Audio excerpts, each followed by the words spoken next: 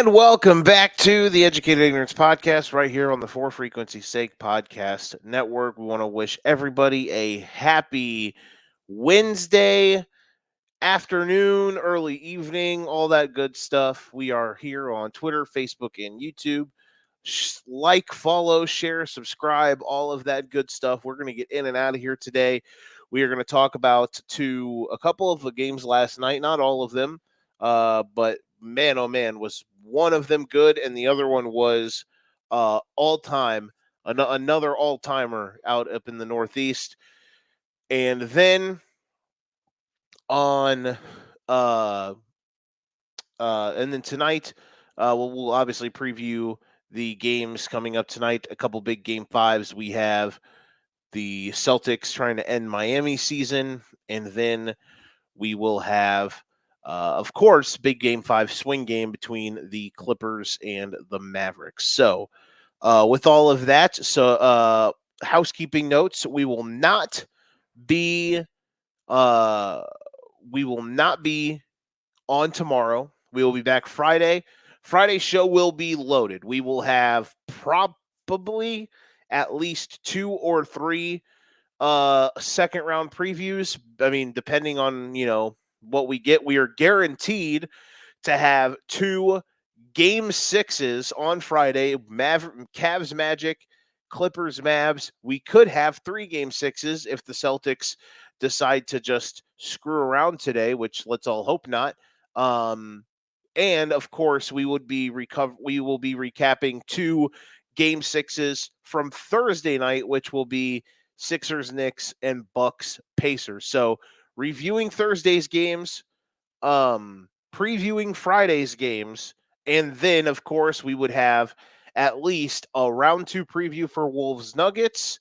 And depending on, how many game 7s we have, we could have potentially 2 game 7s on Saturday, and we are still potentially available for 2 game 7s on Sunday. But if not, we will potentially have some round 2 stuff. We'll see. It depends on what happens. We might only actually be able to dive into one round 2 matchup, but because of what is going on, unless really, because even still. So yeah, we really probably only get to one round 2 series, but that's okay. We're here. We're all going to enjoy life. We're going to dig through it together, and we're going to be good. So without further ado, let's get into today's action. Let's get into today's excitement. I want to remind everybody that all of our shows are brought to you by Beat the Book.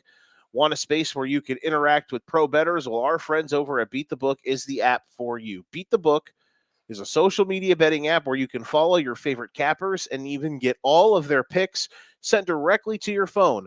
Download Beat the Book today and follow us at the link in the comments. We are going to, I'll make sure I copy this bad boy, and we will put it in the comments. You can see it right now. Bam. There you go. It is in our Facebook comments. It is also in our YouTube comments. So that is our friends over at Beat the Book.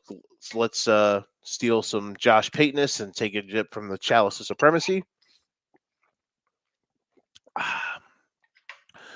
Crack the knuckles, stretch a little bit, and let's dive in to last night. All right, first up on the docket, Philadelphia 76ers and the New York Knicks. I mean, what else needs to be said other than this series has been awesome?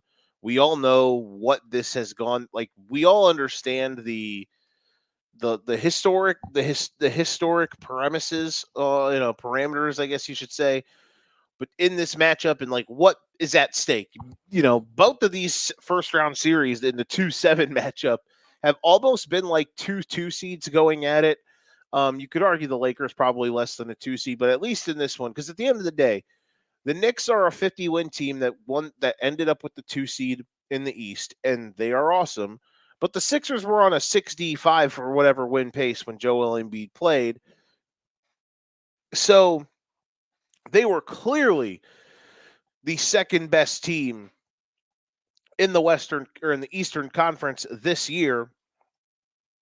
Before Jonathan Kuminga did the Hulk Hogan leg drop on Joel Embiid's left knee back in January. Last night was another all-timer. We have now had both. We have now had both teams lose a game that they definitely feel that they probably should have won. So, in my opinion, and most other people's opinion, this is the casual and lame way to look at it. This is a series that is where it probably should be at 3-2 New York going back to Philadelphia.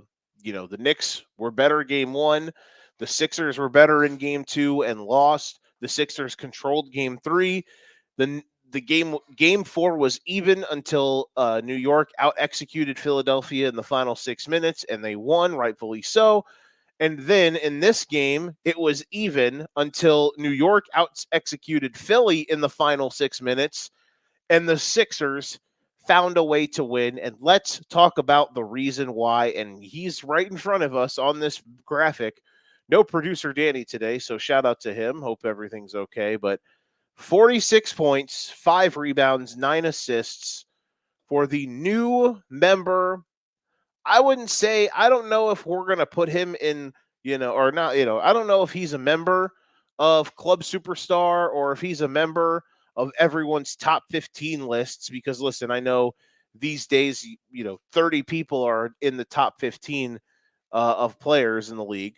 But Tyrese Maxey has ascended, and the playoffs are, you know, what is it that we like the most about the playoffs? Some people like dominance. Some people hope that you see good games. Some people love to see all-time players do dominant things. My favorite thing about the NBA playoffs is to see guys that have historic moments. Whether it was last year with Jimmy Butler in round 1, in game 3 and 4, or game 4 and 5, just going absolute bananas to eliminate Milwaukee. And then you have, like, a couple years ago, Jason Tatum and Steph Curry, or last year, Tatum and Curry both had 50-point game 7s. The year before that, you have Jason Tatum, his breakout moment in Milwaukee, game 6, backs against the wall, and he has the game of his life. I love to see those types of things. Giannis in the 2021 finals. This year, we have seen now 2 ascension moments from guys. You also get this, like, you get these younger guys that are not as established that have a moment. And these are 2 guys that are on the rise. Anthony Edwards on Sunday and Tyrese Maxey yesterday. And listen, I think I was probably the first one to probably say to myself, Maxey was a top 50 player, like 50. This was the year they had first traded for Harden in 2022. And Maxey was really good for them in the early stages of the season and in the middle part of the season when they were integrating Harden after the right around the deadline when they finally made the deal. Remember that whole catastrophe with the Ben Simmons trade. Maxey really kind of stamped himself as a guy that was legit. And I thought he had a struggle. He struggled a bit in his first postseason, trying to just fit in and whatnot. And we understand that. Last year, he took steps forward. The moments that I remember the most were round 1 last year against Brooklyn when Embiid missed a couple games and Harden was a bit off, and Maxey stepped up and he was huge. Last year against Boston, Maxey had a couple huge games where he was the best Sixer on the floor. And this season without Harden, you knew that the opportunity was going to be there for Maxey. And you knew that the leap was going to come. The question was going to be, would it be efficient? How would he handle it? How often would we see greatness compared to a guy maybe just trying to, there's a difference between a guy being great and just being tasked with doing more. And I think what we have seen from Tyrese Maxey over the last week and a half, 2 weeks, is a guy that is ascending to greatness. We are seeing a player that still has some flaws, not like in a bad way. Would you like his decision making to be a little bit better at times? Yes. Sometimes for me, when he's running pick and roll, I think he's a slow decision maker. But what he's not slow at is attacking the basket. When he's downhill, he makes quick decisions. Like, for instance, last night, there's a play where Joel Embiid is backing down Mitchell Robinson, and another instance where Embiid loses the ball. Maxey picks it up at the top of the key, drives with with his ass on fire right down the middle of the lane and right in traffic, dumps it off to Kelly Oubre, who lays it in and gives them the lead. I think that was in overtime. Or no, late in the fourth quarter. Might have been in overtime. Maxey is able to make these plays. And of course, the main thing that he has that he brings to the table is the insane shot making. And it's just really cool to see guys like this take it to another level. And he's been the best player, you could argue, in the series from start to finish. Brunson was bad in games 1 and 2. You know, Maxey's been the only guy in all 6 games or all 5 games so far that's really come alive. He had 33 in game 1. In game number 2, he had 35. In game 3, of course, Joel had 50. But Maxey, what did he have? He still poured in with 25 points on 9 of 21 shooting. In game 4, it's 97-92. He had a bit of a rough game, but he still finished with 23 points. And then, of course, last night, 46 points. And we had the anti-Reggie Miller in game 2 because of how quick it happened. And, it's funny. There was a foul that didn't get called and involved in anything, Knicks fans. I'm joking. But this was the true version of the Reggie Miller. It's 96-90 after a Deuce McBride jump shot, which, by the way, is that guy ever going to have like a bad game? What a player. McBride hits a jumper to make it 96-90 with about, 20 seconds to go. Or 30 seconds to go. You're up 6 with less than 30 seconds left. You probably feel good about yourself. I don't know. And this is in a stretch where the Knicks, over again, another situation of where in the last 6 minutes of these games, 5 minutes of these games, they just out-execute Philadelphia. Now, Joel yesterday had by far his worst game of the series.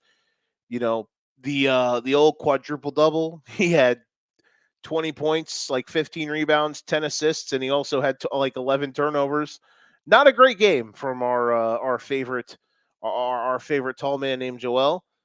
Very bad, really, when you think about it. His sloppiness at times was not good.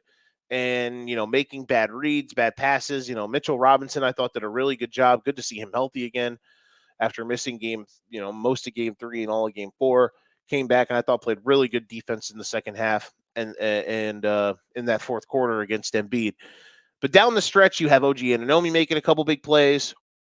Brunson, of course, was the only guy who it felt like could actually make a jump shot for the Knicks. But all of that being said, you get down to it. McBride hits that little J, and then 28 seconds left, Sixers timeout. They advance the ball. They get it to Maxey on a little DHO. He hits a 3-pointer, and Mitchell Robinson wastes all of his good deeds and goodwill that he had by fouling Maxey on a 3 and makes it 96-94. Sixers wait. They foul after 10 seconds. They foul Josh Hart. Good foul. Josh Hart, who split a big pair of free throws in game 4, which led to Kyle Lowry missing a free throw intentionally, which drove me insane when there were 15 seconds left. Like, I hope Kyle Lowry watched that yesterday and realized Tyrese Maxey didn't miss the second free throw on purpose, try to give him the ball back, that free throw on purpose, realized over time. Hart splits the pair. It's a 3-point game, and the Knicks don't foul, which, listen, is what it is. People are always going to argue about fouling or not fouling until they're blue in the face.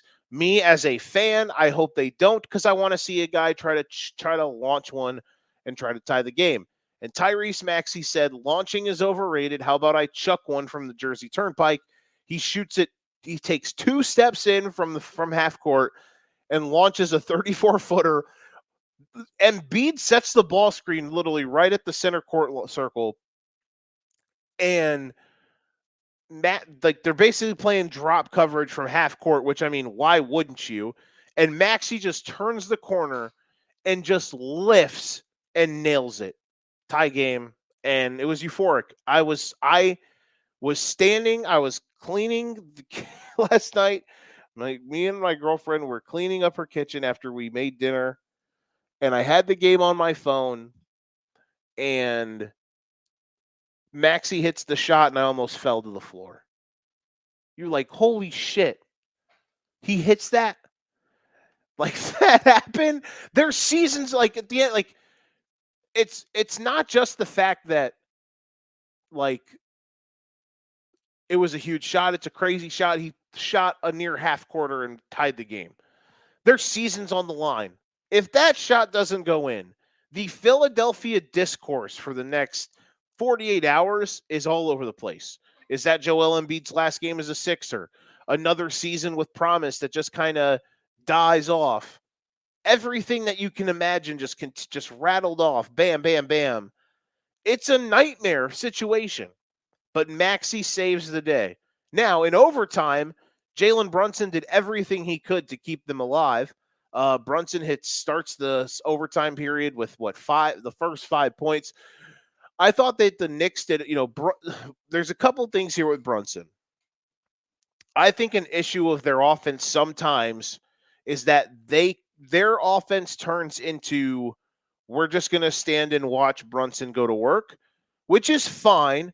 The problem, though, is when he gets downhill and inside of like 20 feet, there's not a whole lot of kicking the ball out and, kind of creating chaos. Once he gets the ball below the 3-point line, he's probably going to shoot it unless he gets like double teamed or triple teamed. And that's a thing I worry about. Because I was trying to sit here and think, like, man, their offense down the stretch, the entire overtime, I don't know if anyone else got a shot. Like, Brunson in OT was just saying, get out of my way. I'm going to try to do this. And listen, to his credit, he can do that. He's that good. But their offense works when they are moving around and you're getting the opportunities for guys to get shots off. And, I understand a lot of their offensive chaos kind of comes when they get offensive rebounds. So maybe that's just the secret sauce to it. I don't know. But in game 2, they probably should have lost mainly because they were obviously out executed by Philly down the stretch, but a lot of it had to do with the fact that their offense just kind of died and Brunson kind of froze everyone out in the fourth quarter for 9.5 to 10 minutes. Last night in overtime, it was the same, but I don't think it was at a detriment to the team because obviously they literally were about to win before Tyrese Maxey, turned Super Saiyan and his hair went and his hair got dyed blonde and his jersey was ripped off and, he was all puffed out and such. But listen, it's something that I'm going to just keep pinned as this series continues. If things are rough, if tomorrow when it's game 6 and it's 91-91 with 4 minutes left and the Knicks offense has once again turned into, which again, I'm not saying is wrong because he's efficient and he scores a lot and he works. And in the last 2 games, he's carried this team because he's been incredible. But I'm just saying, like, all right, if this is the only thing they're getting, is that a worry? We'll see. Would like to see Josh Hart get his shot back. If you're a Knicks fan, you would have to imagine. Although, again, like, this is the thing. I tried to think to myself, like, how do you get some of these guys activated? And OG yesterday on offense was awesome. Josh Hart yesterday had 18 points. He hasn't really been shooting threes, though. Obviously, the first 2 games, he was, he was shooting like Klay Thompson. So we have to kind of course correct there. But, he was good on offense yesterday. DiVincenzo's maybe the one. DiVincenzo's gotten a little Section 80. 8-ish, I should say, Section 8-ish. Where we're wondering, are you just done? He's kind of not been good in the last few games. I'm going to try to see if I can get a game log for DiVincenzo here. Obviously, he's got the shot of the series, really, which was game 1 or game 2, where he had 19 in game 2. But outside of that, it's 8 points in game 1, 5 points in game 3, 8 points in game 4, and 9 points yesterday. And listen, he has some timely moments, but, DiVincenzo has been the one that where, and listen, this team obviously misses Julius Randle. I think you have especially now, you're missing, you already have Randall out, and now Bogdanovich is done. Like if Maxey, or not if Maxey, excuse me, if DiVincenzo being bad, so they closed last night with McBride instead of DiVincenzo, which I thought was interesting, and I would have to agree with Tibbs that that's the right move because McBride has hit a bunch of huge shots, and you're not getting enough action from DiVincenzo. Like, you're getting more looks and more quality stuff from Deuce McBride. I thought that was the correct move. The problem for the Knicks right now is you're basically playing 7 dudes, and how long is bless me how long is that sustainable? Is that, how far can we pull this tape? How long is this rope with how we're trying to navigate life here? And that's what I worry about for, with the Knicks.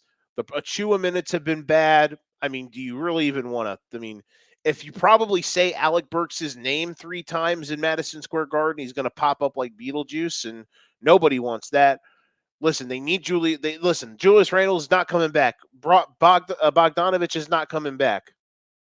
I understand, this is the unfortunate scenes with this, but we'll see if they can kind of get something better out of DiVincenzo in these next, at some point. I say this now, and he'll have 25 tomorrow. Like, that's just where we're at right now. Going back to overtime, I was gonna talk shit, by the way, about the to producer Danny, but he's not here. I was gonna mention to him. Remember when he absolutely loathed the OG Anunoby trade? I do. Fun times. Anunoby, they've only lost like 5 games, 6 games since he's come back, or since he's been on the roster. Just a note. Everyone go to Dan. Find Dan on social media and remind him that the OG Anunoby trade was bad. A big difference in overtime for the Sixers compared to what they got in regulation was Joel Embiid was actually playing well, and it wasn't on offense. Now, granted, he did have that kind of off-balance, one-footed runner, but he was insanely awesome on defense. He was the Knicks tried to navigate the drop coverage of Embiid with some in-and-out dribbles, and trying to just navigate some stuff. They were doing some sneak layups as well, but Embiid did a really good job of staying home, not being too aggressive. Now, granted, he did get hit with a flagrant foul that ended up pretty much resulting right in the Knicks tying the game. And if Brunson would have hit both free throws, it would have gave them the lead with about a minute and a half to go. I understand that, but I thought Embiid did a great job of just being a rim protection force, hounding in Brunson in the drop coverage in overtime. I thought he did a really good job. Okay. Also, if you look down the stretch, so yes, Brunson does get the flagrant foul. Brunson then comes back and they hits the 3 and ties the game. I thought the set that that New York or Philadelphia ran right after that no T, I thought was brilliant. They do a little brush instead of setting a flare. It's Batum up top, and Maxey's kind of just hanging out in the corner, and Embiid fakes like he's setting a flare and sets pretty much just a screen for Oubre to go right to the rim, on a back cut, and Batum kind of throws a terrible pass, but it gets there. He tries to he throws it like he's going to throw a lob, but the problem is the pass isn't tall enough for Oubre to go catch it and dunk it. So he has to wait for it to get there, and it could have turned into a travesty, but it got there. He did go up and lay it in and gave him the lead. And then Brunson, of course, had the turnover. Which that, not good. He faked the 3, pulled up, and and threw the ball away. Unfortunato, as some kids would say. Uh, and the series is even. And or not even, but we're going to 6. This series has who is the last one standing vibes. We are at that stage where, you know, both teams are about, like, if the Sixers win tomorrow, it's going to be the you know, the proverbial sight of both teams answering the count of 9 in a last man standing match and just staring off while the crowd is going nuts. Do I expect the Sixers to win tomorrow?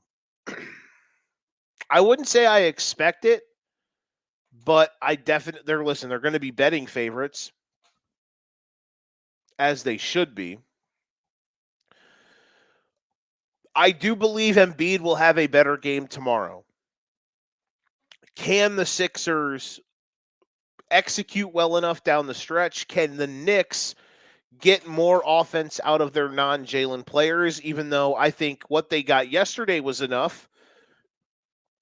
But again, man, it's just kind of another one of these wonky things where one guy or one small chain of events leads to some craziness, and that's how we get to Game 6. And listen, again, as we stated, you know, the Knicks were the better team in Games 1 and 4, and the Sixers were the better team in Game 3. All of those games were won by the better team. The Sixers were the better team in Game 2, and the Knicks were the better team in Game 6. The wrong team won. You can argue we should be at 3-2 regardless. Let's roll the balls out tomorrow night and see what happens. Should be a blast. I mean, listen, this series has been let's be real. Unless you're a Knicks fan, or I guess I could say a Sixers fan, but you obviously needed them to win yesterday, or your brain probably wouldn't have existed anymore. Like, if you're just a bystander of watching the series, like you're not wanting this to end yesterday. Not anyone in your right mind wanted that series to end. You want to just watch Bucks Pacers tomorrow? No. We're all going to be locked in 8 o'clock Central, 6 Pacific, 9 in the East, because that's going to be chaotic. But for Knicks Sixers, Game 6 in Philadelphia with the fate of the world at stake. Winner of the series very well is going to be a favorite to get to the conference finals, depending on a certain duo coming back in Milwaukee. More on that maybe later. I'm just saying that if it would have ended last night, we all would have been sad. We now have a Game 6, and if the Sixers hold serve Saturday, we will at least have Game 7 Knicks Sixers in Madison Square Garden, added with Nuggets Wolves round Game 1, which is going to be the best series in my opinion in the playoffs. Though I guess it's going to be hard to top this one, which, I guess in fairness, the best series in the playoffs, passing the torch to the next best series in the playoffs. This series has been incredible. It has been everything so far we could have imagined and hoped for. Let's hope that tomorrow doesn't disappoint. But at this point, how does it? Honestly. It's been too good, man. It's been too good. All right. Cavaliers and the Magic. Cavs stave off Orlando, Evan Mobley. Funny that how I talk about, one of the biggest keys that the Magic kind of switched in Game 3 and 4 was kind of isolating Evan Mobley and driving on him. And then Mobley really kind of shut the door yesterday in the fourth quarter. Two things happened yesterday. As a Magic fan, a loss sucked, but I'm not worried because the Magic have a future top 10 to top 5 player in the league. Like, the dude is 20 years old and just had 39 points in a playoff game on the road. Yeah, the team that I cheer for employs one of those dudes, and it makes me happy. So yeah, last night, even though the loss sucked, I wasn't crying about it because I got to realize that the team I cheer for has a 21-year-old who is that good. But hey, that was great. Now the game was right there. I just listen. I think we're going 7. I think the Magic should win tomorrow or Friday. The Magic will win Friday. Couple things for Cleveland that were big. They got big games from Max Strus, who had been an abomination in the series, and Darius Garland, who had just kind of no-showed. They combined for 39, 11, and 10, 7 of 15 from 3, and they were a plus 11. That was huge for them. And, of course, Mobley had a real big game, and they had to get a big game from Mobley because Jared Allen, who was playing really well, I think he was averaging like 17 and 13 in the first 4 games, he did not play in game number 4, or in game number 5. So they needed to get a big game from Mobley. They needed to get production elsewhere in their rotation. They needed Strus to come alive, and he finally did. And the Magic, I mean, I wouldn't say they let one get away because they were kind of trailing most of the night. But listen, Franz went at Mobley when he probably should have dished it to Paolo, and Mobley made the play. I understand that I'm talking about at 1/10 of the 1/100th of this game as I just did a half-hour synopsis on Philly versus New York. I did watch this game as well, but not nearly with as much intent as as I did with the Knicks and the Sixers. I'm going to brush on this game really quickly before we hit our first break, or we hit our break and we come back to preview the games tonight. I'm a little disgusted with Indiana because they decided to not go for the kill. Now, listen, in all aspects, I picked the Pacers in 6. I expected this to happen, but I expected this to, I didn't expect them to lose to the Giannis and Giannis-less, Dame-less Bucks. And listen, credit to Chris Middleton. I feel like I wasn't able to give him his flowers enough yesterday or the other day or whenever we were talking about him. I thought Middleton yesterday was great. I think he's been awesome in this entire series. They obviously need him to be great. And now we are at the crossroads of, does Giannis, does Dame, do they both come back for game 6? We're on the doorstep, and man, oh man, if they do, wouldn't that be fascinating? If both of them are back, wouldn't that be something else? I'd be ecstatic. I would have a blast. That would be fun. Just for the fact that the tension in that building on Sunday, Jesus, I'm a moron. Tomorrow in Indiana, if they do win, or if they do have that, would be one hell of a, it'd be chaos. If Giannis and Dame are there and playing, which Doc Rivers is either trolling, teasing, I don't know what he's doing, but he's insinuating that they are going to play. Yeah, I'm here for it. Let's get weird. Okay.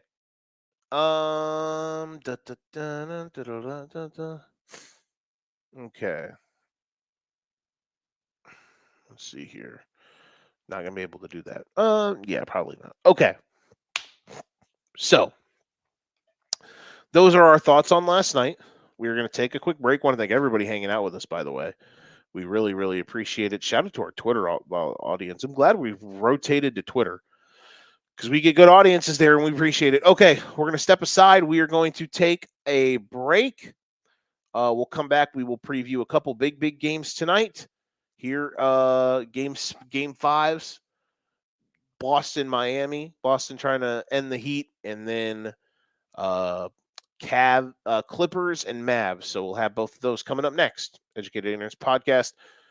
on the For Frequency's Sake Podcast Network. Football season may be over, but For Frequency's Sake still has you covered for all your sporting needs. Tune in every Sunday when the best professional wrestling podcast around, Cards Subject to Change, gets you caught up on everything inside the ropes. They won't miss a count with weekly analysis and interviews. More into auto racing? We've got a double dose for you on the track. Tune in to Fast Money with Rod Villagomez each week and win some money with the quickest bets in all of sports. Want more insight from Pit Row? Check out the Green, White, and Checkered podcast where they give their insight on everything happening on and off the track. Need your basketball fix? Points in the Paint has you covered with live shows every other week looking at everything in the association. Backed by popular demand, we have the return of The Payoff Pitch, FFSQC's baseball show, covering you on news around the MLB. If you're missing football, don't fret. Mark and Dan still have you covered in the football lounge. Missing Joe Winkle? Probably not, but he's still here talking sports on Educated Ignorance. Football season might be over, but we've still got you covered. For frequency's sake,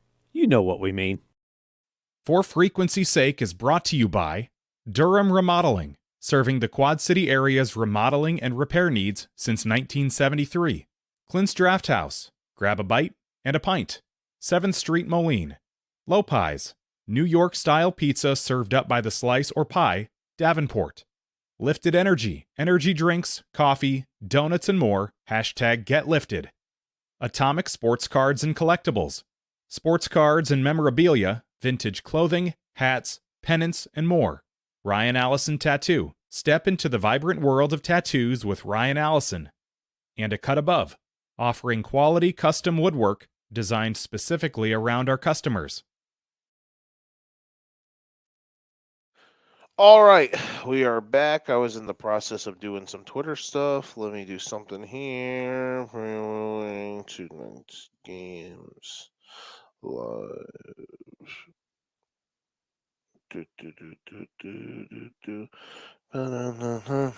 Okay. All right, sent that tweet out. You know, all the good stuff. Okay. So let's do some there. Move that. Get rid of that. All right. Tonight's games, Mavericks, Clippers, which we'll talk about in a moment. Clippers. I sound like I'm, the Jeff Dunham, like the Ahmed. I got like phlegm. Clippers. All right. Danny's not here to do best bets, so I don't know what he's feeling for tonight. But I do know this. I hope the Celtics win by 100. Please get the Heat out of here. But also, I want my Magic to play on ESPN on Friday. That's where I'm at in life. Couple things that are noteworthy. The Porzingis injury, it's the same. I don't remember the exact terminology, but it is the same injury pretty much beat for beat, which is weird. Big week for that injury.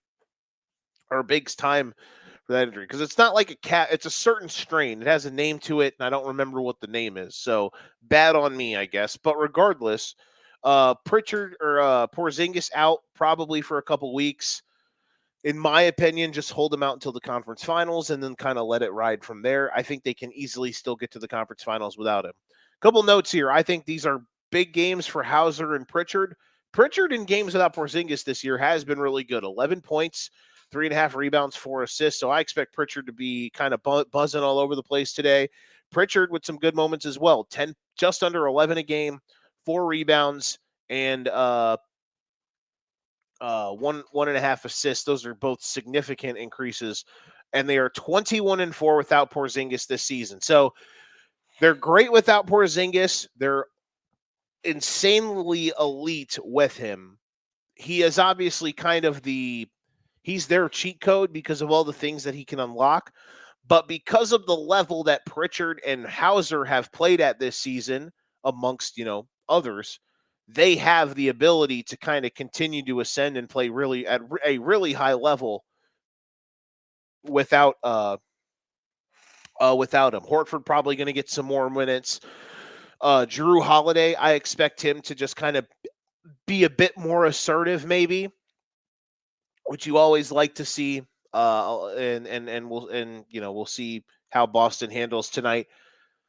My biggest thing again here for Boston, and I've liked what they've done and how they've handled themselves after that that colossal game 2 disgrace. Just don't fool around. don't play extra games that you don't have to play.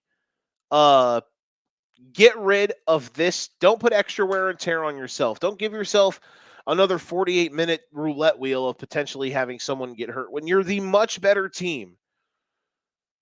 In any other series, if it's another first round series, look, both of these series, like most of these series have been so good.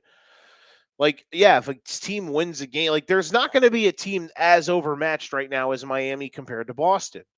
So for Boston, it's like there's like, do not let up. Last year, and I understand Trae Young had his moment last year in Game 5 in Boston, kind of to keep that series alive.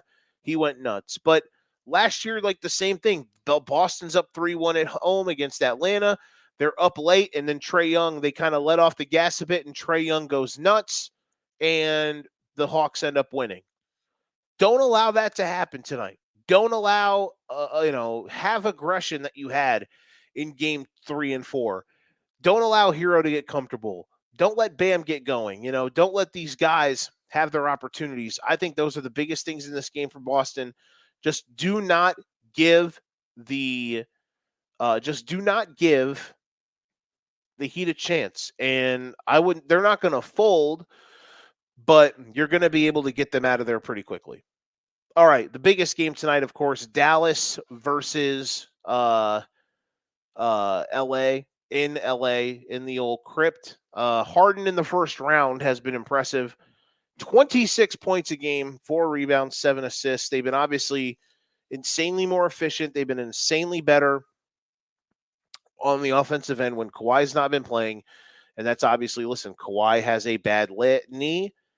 He has been slowed down. They just don't have the zip when he's out there. In these 2 games without him, the ball moves. Everybody gets going. And obviously, Harden has been really good. The question is Harden due for a bad game? And I guess me being someone who has kind of cheered for James Harden playoff teams like the Houston Rockets over the Golden State Warriors and the Houston Rockets over the Golden State Warriors or the Houston Rockets over the Los Angeles Lakers at the time, it would have been cool. I picked them at the time to go to the finals on a limb, and they ended up losing, and the bubble doesn't matter.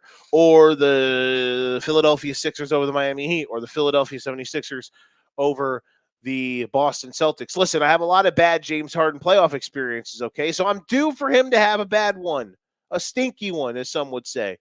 But I am here. I'm a fair man. I'm not the mayor of fair. That job is for Kevin Wildes. He does a good job at it. I'm like the vice.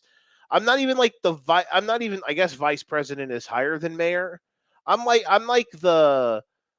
your city alderman of fair, So as the alderman of fair, I think Harden's been awesome. Like, it's not even just that he's been good. Like, he's been awesome. The way he closed, they were on the verge of having like one of the Mount Rushmore level losses in NBA history on Sunday. And Harden down the stretch, when Paul George like turned back into way off P instead of playoff P, Harden just said, I'm going to grab the rope and I'm going to pull our dead asses across the finish line. And he did that. So big ups to him. So we'll see if he can keep it rolling. Luka came out pretty much today and said that he has a sprained knee. So that's not good. If I am the Thunder, I am sitting at home thinking, please play 7 games. Just beat the shit out of each other. The question is on for Dallas is, can Luka be more efficient? 7% of the possessions ending with Luka ended in turnovers in Game 4. It has not been good. Game 4 was not a good Luka game. Can he be better tonight? We will see. Another thing too, play Derek Lively, Jason Kidd, for the love of God. Just play him more. He's really good. Just play Derek Lively more minutes. Stop with this Maxey Kleba shit. Stop with this nonsense of, stop with this nonsense of, I mean, Gafford is okay, but like, to stop the non-Lively minutes. The dude's good. You're like plus $1 billion when he plays, and you're minus $1.5 billion when he doesn't play. So just do the math. Like, listen, I'm not saying I'd be a good coach, but I'd know who to play, I guess. I wish I could just be down there and be like, hey, man, This dude here, we're better when he's on the floor. We should play him more than that guy who we're not as good with when he's on the floor. Just me. It's just me. I'm one man with an opinion. Doesn't mean much. Means a lot to some people, but it doesn't mean much. That's just how I feel. And, here we are. All right. So that'll do it for today. I want to thank everybody who hung out with us. Twitter, the artist formerly known as Twitter, doing work today. As always, we appreciate the people hanging out with us on all of our platforms. Like this video, please share it. Whatever platform you're on, like it. That just goes a long way. If you're going to be there and hang out the whole time, just like it. Even if you don't like it, even if you think I'm an idiot, even if you don't like the color of my little bottle here, the chalices of supremacy. If you think Alderman Affair is the dumbest thing you've ever heard, tell me I'm an asshole. I don't know. But here's who you should not say anything bad about, and that is our friends who power our shows, and that is Outlier. Do you want a better insight for all your bets? Outlier.bet is the app for you. Outlier.bet gives you all the insight on props, spreads, totals, even parlays for over 7 major sports. Outlier works with multiple sport books to show you the best odds available to help you make the most money possible. Try Outlier for free today with our link in the comments. So I will send you out of here with a link to go try an awesome website for free. To get an edge, go do this. Bet, a reasonable amount of money. Not like a lot, but, just a couple dollars maybe here or there. Go bet tonight on something logical, like the Toronto Maple Leafs beating the Bruins in 7. That's a logical bet, right? I mean, who would not want to make that bet? I mean, like who wouldn't want to make that bet? Or, make a bet like the Wolves beating the Nuggets in 6. That's a logical bet that you want to use your money on. I'm obviously being facetious here. Please do not take what I just said the last 2 minutes seriously. Other than, go check our friends at Outlier out. Go check out our friends at Beat the Book. Go check out all of our podcasts that we have going on. The Green White Checker did like their own version of the Green White Checker podcast, our motorsports podcast. They did like their own version of a draft like a week ago, which was awesome. We obviously have a lot of stuff coming. Football season is over the summer. Over the summer, we'll be back doing stuff like that. We got loads of ideas and content that we're going to push out for that. So be on the lookout for that as we get closer. That'll be after the NBA playoffs. But every single day, again, we're not here tomorrow. We'll be back on Friday. Check us out on Twitter. If for those who have been watching, scroll through our feed, you will find our lock of the day. Danny posted that out. He posted out a little money line parlay today for baseball. So check that out. Check out our YouTube page. Subscribe to that if you would as well. We really appreciate it. We got our guys over at the Football Lounge that are still doing some football stuff. Every week those guys are bringing the heat. So we really appreciate that. And then, of course, just other random stuff on our channel, like our boss, Doug Green, just reviewing cooking shows. Like, why not? Honestly, I mean, listen, the man has time on his hands, and we really appreciate him. So thanks to everyone who hung out with us today. Thanks to everybody watching. We appreciate you. We will see you guys not tomorrow. We'll be back again on Friday. Same time, same place, right here. Educated Ignorance Podcast. Remember, if you ain't got your game, you best pass the sticks. We will see you all on Friday. Enjoy the basketball games tonight and tomorrow. We are out, everybody. Have a good night. Peace.